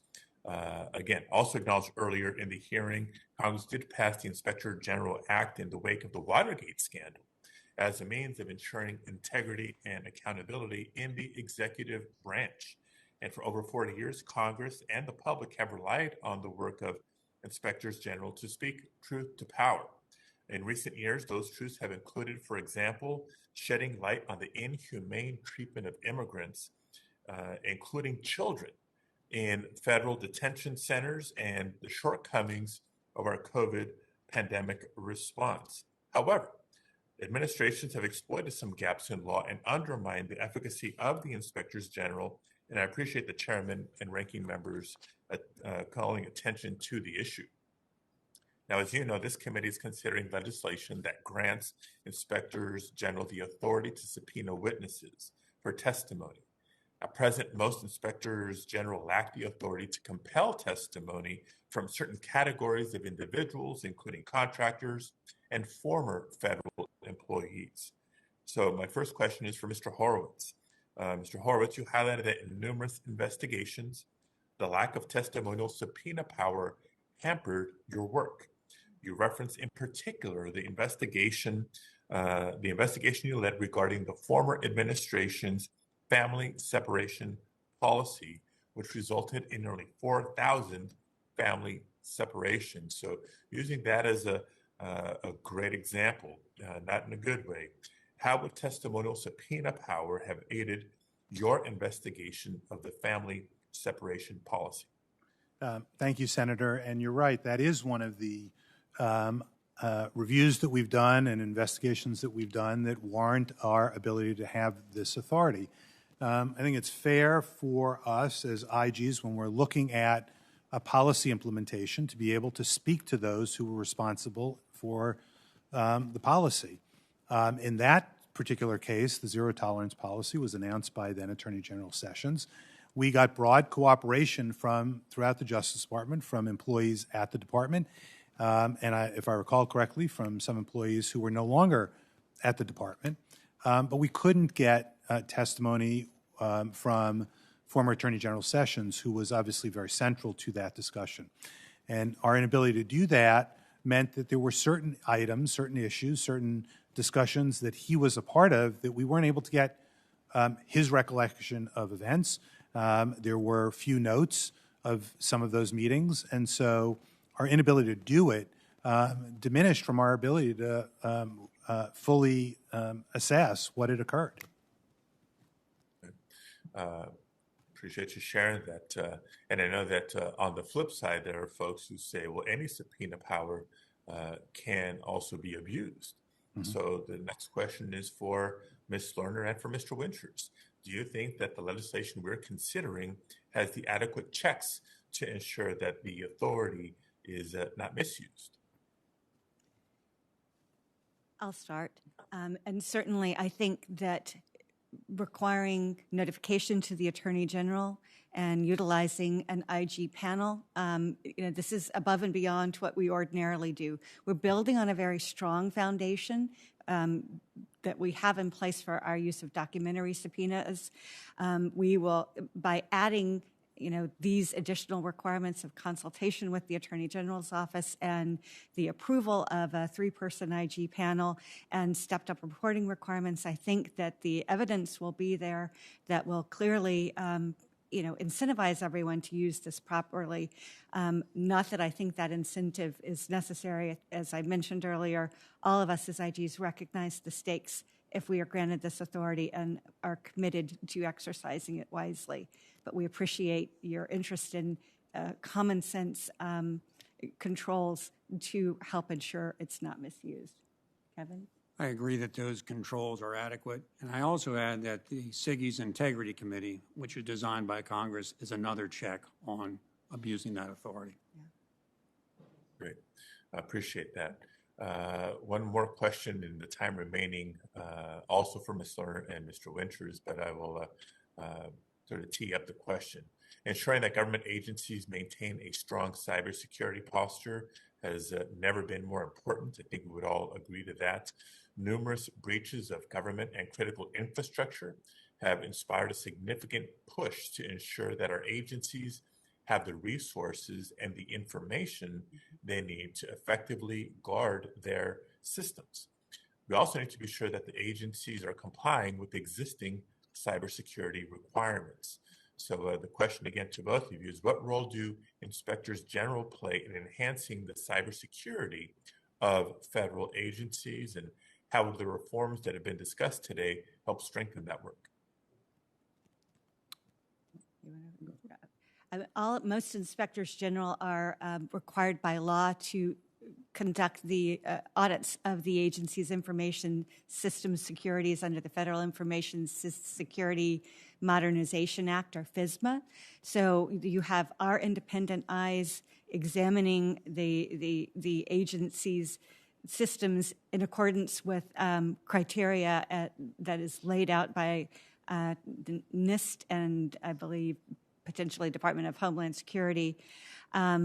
So you have our independent eyes using independently determined standards, and there's a great deal of value that comes from that. In many instances, there's penetration testing done as part of that process, and so that adds real insight into the strength of individual agencies' information systems.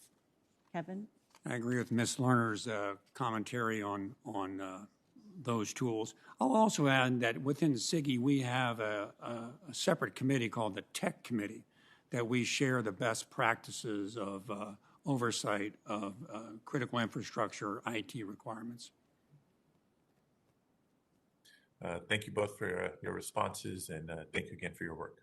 Mr. Chairman, thank you. Thank you, Senator Padilla. Senator Rosen, you're recognized for your questions. Well, thank you, Chair Peters, Ranking Member Portman, for holding this hearing. You know, this committee really does some great bipartisan work, and I am grateful to both of you to have the opportunity to have this discussion about something really important. As we all know, reforming how inspectors general function in the federal government, it's fundamentally a good government issue. Simply put, IGs make government work better for the American people and ensure agencies are good stewards of taxpayer dollars. Having independent watchdogs ensures that federal agencies carry out their public service missions with integrity and efficiency. I was pleased to see in Ms. Lerner's testimony that the work of the IGs and their staff generated potential taxpayer savings of about $53 billion in FY 2020, a $17 return on every dollar invested in the offices of Inspector General. And I'm going to ask a little bit more about that in a moment. So I really want to thank my colleagues for their serious attention to this issue. Thank each of the witnesses for their public service and commitment to transparency and accountability, not just to the taxpayers in Nevada, but of course across the country. And so I want to speak about the savings to taxpayers from IG oversight. So Ms. Lerner, as I mentioned, I was really interested to read your testimony about the significant taxpayer savings generated by the work of IGs. So can you tell us more about how you track and calculate the savings to taxpayers as a result of the work of the IG offices? Certainly. All IGs report semi-annually to Congress and on the work of our audit. And included in the tables in the semi-annual reports are the outcomes of our audits and inspections that can yield funds that are questioned as being, dubious expenditures, and also funds that could be put to better use. And there are also financial returns to government that come from our investigative work. When, for example, there are fines, penalties, and restitution that come through criminal cases, or in the case of False Claims Act investigations, potentially treble damages can be returned to the government.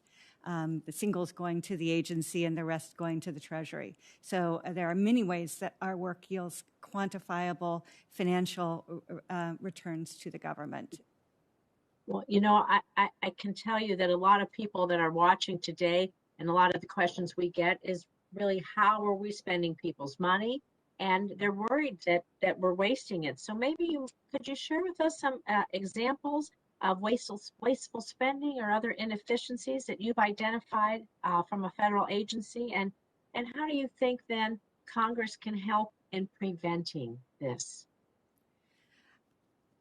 I think that Yeah. there are so many ways that people can misuse money. Speaking from my own agency's experience, NSF is a large grant-making agency. And what we find sometimes is grant recipients take NSF's money, but they do not ensure that they use it for the purposes for which it was given. We've had instances where people propose doing scientific research and are funded by NSF to do that, but it turns out that they've actually done that scientific research already, and they're going to take our money and use it for other purposes. And so in situations like that, we pursue a grant fraud investigation and work with prosecutors to hold those people to account for their misuse of government funding. There are other situations that don't rise to the level of criminal or civil wrongdoing that involve people who have perhaps misunderstood the rules governing the funding that they're receiving. And in those instances, we question that through an audit process. I think that much of the improvements that are necessary in situations like that reside within the agency, in ensuring that people who receive funding understand their obligations and understand what's expected of them in terms of managing the money.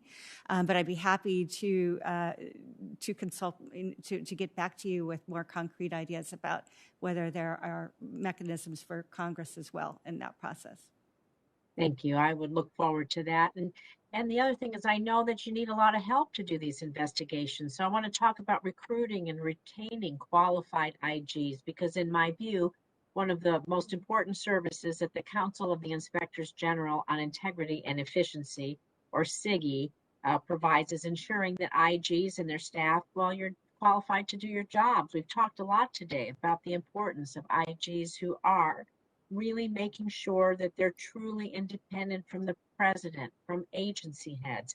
But I'd like to hear a little bit more about what you all think about what makes someone qualified to be an IG and how we can ensure a pipeline of talented individuals to fill these jobs. So Ms. Lerner, as chair of CIGI, could you comment how we can improve and build on the pipeline for oversight talent, please?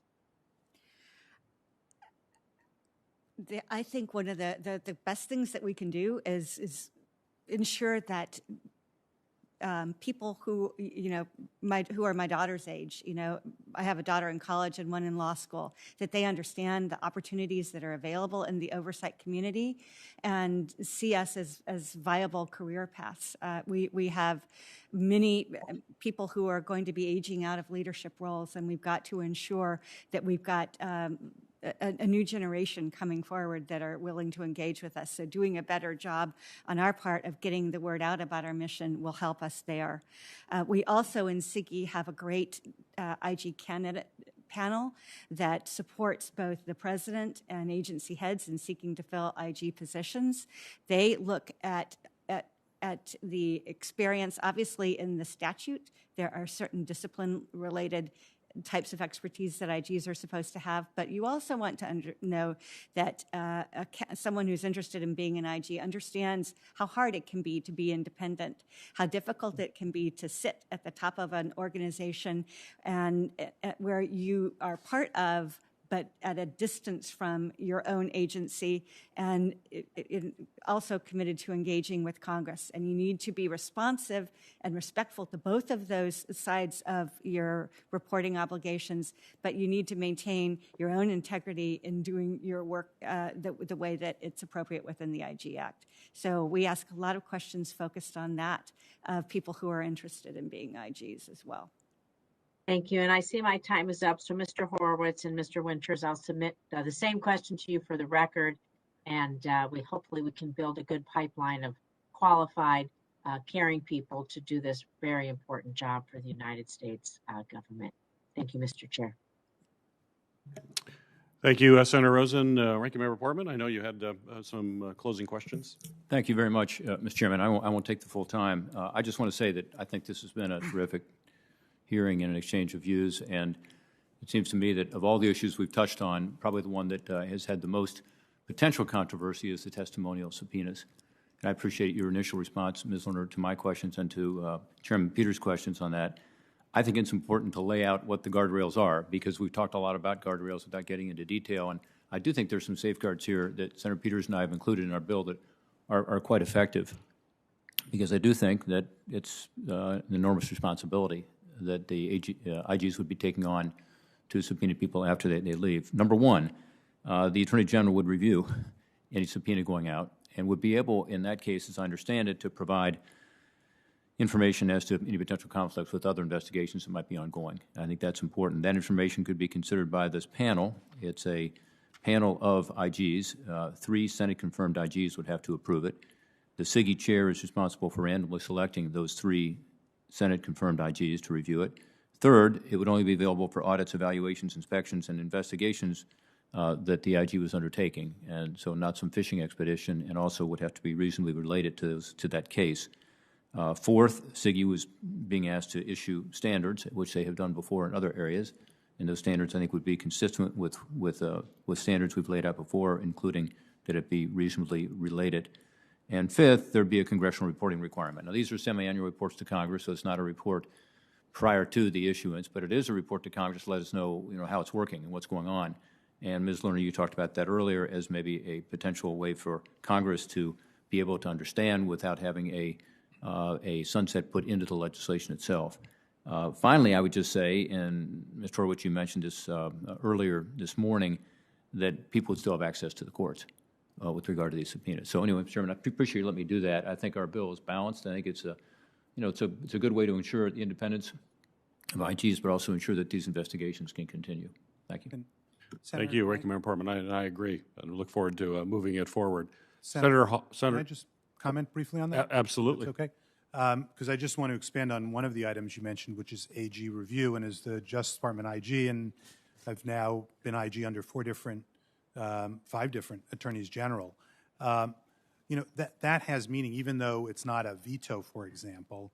I should just note, we as IGs in our law enforcement responsibilities and our investigative responsibilities work regularly with the Justice Department, prosecutors, and leadership. The fact that the Attorney General would come into one of the IGs who wanted to issue a subpoena and say, if you issue that subpoena, it could cause us a problem with an ongoing criminal investigation, civil matter, or national security matter, which would probably be a rare instance, but the former might be. I can't imagine a scenario where we wouldn't say, we're not looking to interfere with anything that you're doing in terms of a criminal or civil case. So I think that's actually a very important process, and I appreciate you mentioning that, Senator, because I think that's is of great significance. Thank you. Senator Hawley, recognized for your questions. Thank you very much, Mr. Chairman. Thanks for waiting for me, and thanks to the witnesses for being here today. It's good to see all of you. Ms. Lerner, I want to start with you, if I could. Are you familiar with the report from WilmerHale, their independent investigation regarding allegations of misconduct by 3 DHS OIG employees regarding the nomination of Dr. Kafari? I'm aware of the report. Have you read it? A very heavily redacted version. So my office has been contacted by multiple whistleblowers who allege widespread misconduct, including, I'm afraid, you. And I want to give you the chance to respond to those. I always take whistleblower complaints very seriously. And they pointed me to the WilmerHale report, which I've now read, which I have to say is very, very disturbing. I mean, for those who don't know, it's 108 pages here, 70 interviews conducted, 42,000 documents reviewed. And what WilmerHale found is that a number of DHS OIG employees improperly interfered in the presidential nomination and Senate confirmation process regarding Dr. Kafari to be the IG at DHS. WilmerHale notes at the outset of their investigation, or the outset of their report rather, that of course any citizen has the right to question a presidential nomination in their personal capacity. Federal employees in their capacity as private citizens have a First Amendment right to express their political opinions and may contact lawmakers to do so. And of course, that's very important. They go on, however, it is a misuse of authority for a federal employee to use his or her public office to interfere with a presidential nomination or the Senate confirmation process. And then they say federal employees should not use their government resources, including the email system or access to lawmakers or other government officials, for personal gain or for any other unauthorized purposes. WilmerHale further reports in their investigation, following their investigation, that these individuals who were opposed to Dr. Kafari's nomination within DHS OIG came to you, Ms. Lerner, to discuss the nomination. They wrote to you saying that they had a sensitive matter related to the DHS IG nominee to discuss. You all agreed to speak on the phone, and following the conversation, Ms. Costello, one of the complainants, sent you a link to a report regarding California Coast University. I guess the complaint here was Dr. Kafari's PhD was not from a suitably prestigious university. During the interview, Ms. Costello spoke to Ms. Lerner about Dr. Kafari's nomination, stated they were doing so because it was in the best interest of the agency. Ms. Lerner agreed that they had an obligation to protect the organization and figure out whether others knew that Dr. Kafari's degree was issued by a diploma mill. So what WilmerHale has found here is that you encouraged, you were on government property at the time using government resources on government time, that you encouraged what WilmerHale concludes was a serious interference with the presidential nomination process and the Senate confirmation process, and a pretty serious misuse of government resources. I know you didn't sit for an interview. WilmerHale said they tried to interview you. You wouldn't sit for an interview, but we have you here. These are serious allegations. I thought I'd give you a chance to respond. I appreciate you giving me the chance. I'm not sure your mic is on. Sorry. Appreciate you giving me that opportunity. The most that I could say right now is that statement of the conversation is not consistent with my recollection of it. So you deny that you encouraged them to spread around complaints using government resources, that Dr. Kafari was unqualified for the position, that his degree was issued by a diploma mill? Senator, may I jump in for a second? Oh, I'd like an answer to my question. I did not take the actions as described in the statement made by Ms. Costello. Did you improperly use government resources to interfere with the presidential nomination, No. the Senate confirmation process? I did not. Did you use any government resources, email, telephone, government property? Did you work on this project in government time? In my capacity as vice chair, and Michael can speak to this as well in his capacity as chair, we would frequently be called by individuals working in OIG offices who had questions or concerns that they thought that we could shed light on. And we would endeavor to, help to answer those questions. So if, when we take calls from people who have a concern and try to steer them in the right direction. And that's all that I did here with these individuals. And you know, I think that's consistent with our obligation as leaders of SIGI. And, you know, at no point was I trying to undermine the nomination of anyone for a PAS position. Why didn't SIGI open an investigation into these allegations? Why did Wilmer Hale, why did there have to be an outside investigation which found evidence of wrongdoing? That's a question best directed to the Integrity Committee because But it was partly your decision, wasn't it, not to open an investigation? No, I'm not a member of the Integrity Committee, and the leadership of SIGI is purposefully separate from the Integrity Committee to preserve its independence to conduct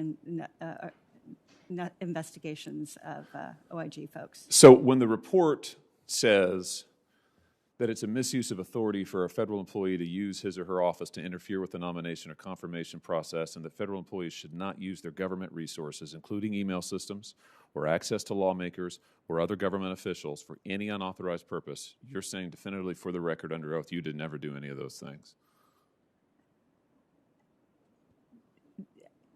I did not, you know, undermine anyone's nomination for a PAS position. You didn't use the email system, access to lawmakers, or any other government resources for any unauthorized purpose? I used the email systems to respond to questions from individuals about their, you know, a situation in their office, and just attempt to steer them in the right direction, and provide guidance to them as they confronted a challenge. That is not, in my view, inconsistent with my obligations as a public servant. Well, I'm disappointed that we're here and that this is, frankly, it's come to this impasse that we have this report from Wilmer Hale that is quite extensive and quite lengthy. You didn't sit for an interview with them. They weren't able to get your views on any of this. I noticed neither did you, Mr. Horowitz. I frankly think it's very disappointing. And I think the fact that we now have multiple whistleblowers coming to us about this series of events, I mean, this is harrowing reading, to be honest with you, and it's disturbing reading that this would be happening. And I just want to say I'm going to try to get to the bottom of it, but I'm disappointed that it's come to this and in this setting. I appreciate your concern, but I would say that Mr. Horowitz and I engaged with people on both sides of that situation who had concerns and wanted to protect both the privacy of both of the entities that we were involving, and so that people would feel comfortable coming to us for counseling in situations like that. Senator, let me respond to that, because the serious issue, Joe Kafari, by the way, used to work in the DOJ OIG, as you may know, was an agent. I talked with Joe both while his confirmation was pending and after he became IG, and he can explain to you however much he would like. I'd be happy for him to do that, how much time I spent with him, as did Alison on several of those calls, to help him as the IG to get settled in and to deal with some of the challenges he was dealing with. In terms of that, I also talked to him actually on, as he can describe to you, and if you'd like, and I think it may be even in that report, when he wanted to move forward and sought to move forward with the allegations and how to deal with them. With regard to Wilmer Hale's reach out to us, and to me in particular, we engaged with the lawyers and asked them to give us some idea of what they were looking to speak to us about. As Ms. Lerner just indicated, as SIGI chair and as vice chair, I regularly receive calls from IGs, from others in the IG community to give them advice, guidance, views on how they can proceed. Some of it was as routine as career advice. Some of it was far more significant. And the question I had for Wilmer Hale lawyers was what information generally in the areas they were looking at and to get at, because we do have an obligation to ensure that discussions we have like I had with Mr. Kafari, are maintained in confidence when the individual who comes to us would like them to be in confidence, and then assess whether there's a need for the investigators to have that information. I've got to understand a little bit more before I just sit for an interview as SIGI chair and be asked about a variety of conversations that I've had with people who come to me. And I frankly view it akin as to the IG Act provisions that are in the law that as DOJ IG, let me put it this way, as DOJ IG, if those individuals had come to me, there's an IG Act provision that requires confidentiality. So I've got to think long and hard about that before making a decision on what to speak to. I never ruled it out, but the question was until the end, until there was an unwillingness to have that discussion. But that was my concern, is that we didn't have a dialogue, and I wasn't comfortable at the time knowing what I was to speak to, because frankly, I didn't have firsthand knowledge of a lot of what I ultimately ended up reading about in the WilmerHale report at the time they reached out to me. I was not familiar with My time is long expired here, and the chairman's been very indulgent. I'll have some additional follow-up questions for you for the record. I can't adjudicate your dispute with WilmerHale as to why you did or didn't sit for an interview. I'm just noting the fact that they say that you had relevant information. In particular, you, Ms. Lerner, had likely had information about these discussions, would have been able to shed light. You didn't sit for an interview. That's your prerogative. But this is, the fact is, this is serious. This is serious what I read in this report. I hope this isn't normal. It sure as heck shouldn't be. And I think we've got some more work to do to get answers here. Thank you, Mr. Chairman. And Senator, I'm happy to come meet with you and talk to you in person on this. Yeah. Mr. Winters, did you have anything to add? I understand you wanted to know. Mr. Horowitz's recollection of the back and forth with WilmerHale Council, yes, is accurate, and I share his willingness to come and engage with you more on this. Right. Thank you, Senator Hawley. And I want to thank again our witnesses for joining us here today, and for our committee members for engaging in this critical issue. We have an opportunity before us to advance some of the most significant reforms to strengthen independent Inspector General oversight in a decade. The legislation that Senator Portman and I have been working on has strong bipartisan as well as bicameral support, and I'm grateful for the leadership of colleagues like Senator Grassley and Senator Hassan, who have long championed independent oversight, as well as the work of Chairwoman Maloney, who is leading this reform effort over in the House. The bipartisan legislation pending before our committee would take important steps to protect the IG from undue interference and ensure that they have the tools to conduct effective oversight for American taxpayers. Many of the provisions included in the bill have received strong bipartisan support in both the House and the Senate in recent years, and I hope to build on that momentum with the legislation that will be before us shortly. I appreciate my colleagues' diligence on this important issue, and I look forward to continuing to work together to harness the opportunity before us to pass these bipartisan reforms and strengthen the roles of our nation's independent watchdogs. The record for this hearing will remain open for 15 days until 5 p.m. on November 5th, 2021 for the submission of statements and questions for the record. This hearing is now adjourned.